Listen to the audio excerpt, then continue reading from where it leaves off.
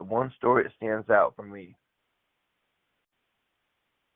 I mean, well, there's a lot of good stories, but when I was a drill sergeant at Fort Jackson, South Carolina, I feel that one of the good stories is when you are able to work with, men and women who decide to volunteer during our time of war, and they come in as, as we call it, as civilians, and we transform them into soldiers, right? Because that's our job as drill sergeants, to instill that confidence and all the good stuff, right? And so they know basically what is supposed to happen in basic training to get out to their unit. So I mean, that's a good story. Just being part of people's lives. You know what I'm saying? It's a big responsibility.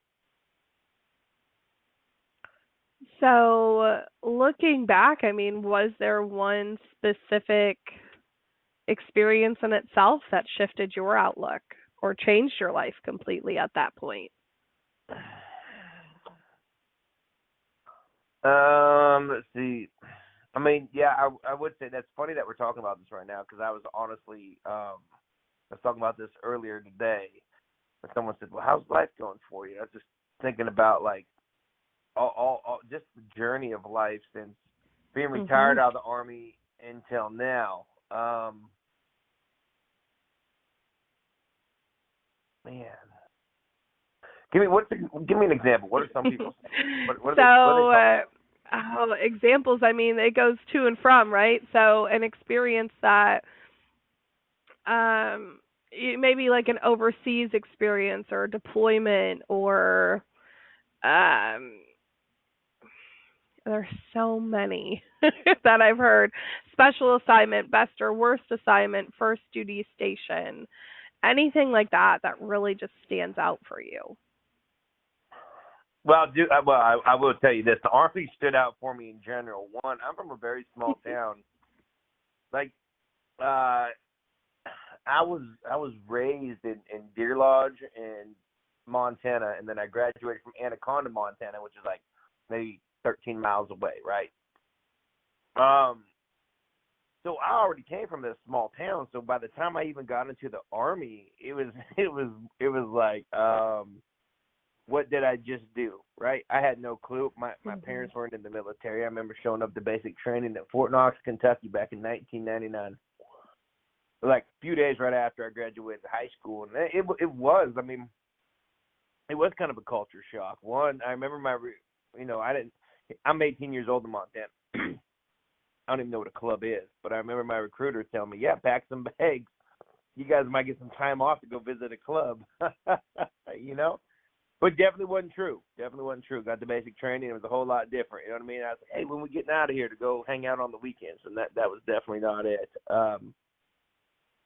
So it was a huge eye opener going down to Fort Knox, Kentucky, and then when I graduated basic training, I went to Fort Riley, Kansas, 234 Armor, and honestly, that's where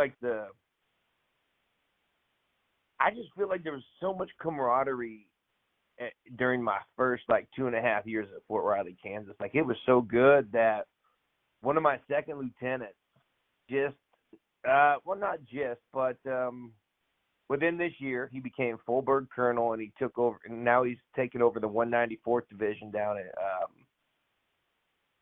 there at Fort Moore, where the basic training privates are. And I just think it's so cool that the camaraderie that we shared back in '99 is still what we share when we saw each other for his change of command ceremony a few months ago. Some of the guys from that unit, we all got together, went down there, and celebrated with them.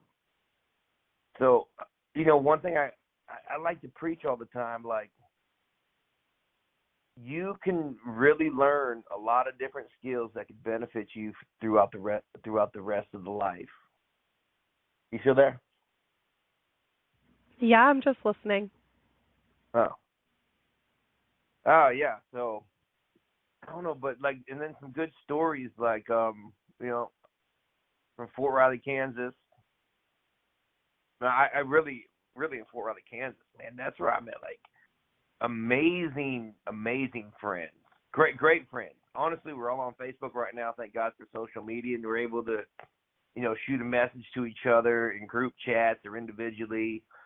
Some of us still get together, but it was a big time. Just all of us coming through all over the United States of America. We all get to Fort Riley, Kansas, and and we all became friends. And then from there, and so I was a tanker. I don't know if I told you that. So, during my Fort Riley days, I started off as a driver on the main battle tank, then a loader, and then a gunner. Oh, wow. And, yeah, so that was a lot of fun. So really, when you're just coming into the Army, that first 2 years is so crucial because you're just trying to take it all in, because this is definitely an experience changer. And, I picked Fort Riley, Kansas anyway because, that'd be close to Montana if I want to go home. But it really wasn't close. It's really like 18 hours away to get home one way if you're driving. But it was great. Made great friends, learned so many things tactically and educationally throughout the Army at that time. And then I got orders to go to 4-7 Cav up there at Camp Garryon in South Korea. So I was up there, and that was just nothing but a lot of good training and just learned a lot of good things. But so how do you think it helped you grow as a person, or just prepared you for life after service? I would definitely have to tell you, you had to learn to become resilient. But then you also had to, what I feel is you really had to learn expectations, and you got to learn about how to deal with other people's personalities or leadership styles. So, for example, in everyday work that people do now, you've had to learn how to make connections with people while you were there. Like I do real estate, so I like to be up close and personal. I like to get to know my clients, and so I think one part of it just really helps you get to know people, because if I get a new client, you don't know them, you do the same thing that you did when you met new people throughout the military. You could really get in and ask the questions to really get to know them. You know what I mean? So I think for me, it just helps get more personalized with people. So looking back then at this full experience, let's bring it all together. What does your service mean to you? Man, it means a lot. One, when you look back on it, you're like, all right, well, that was we talk about sacrifice. So that's one of the things. When you do this career, it's a sacrifice. Sometimes while you're going through it, you don't really realize the sacrifice, because you're like, oh, man, I'm just out here, I'm learning, I'm doing this. But you realize you sacrifice, like, your hometown, your family, your friends, and then relationships. Like, I went through a divorce. I was deployed. I went 3 times in a row. But that's a lot of time for a family. So you learn, like, oh, hey, that's a wonderful I mean, that's what I want to do, though. So there's nothing that I ever look back and say, I wish I would have done that, or I wish I wouldn't have done that. Like, everything I did was what I wanted to do. If I wanted to go to a school, I went to a school. So I take, like, hey, this a lot of great things. The Army gave me a chance to get out of Montana. And then I took that chance and ran with it, and continued to be resilient and get to train guys. That's one thing I love to do, is just train guys too. I love the teaching aspect of it.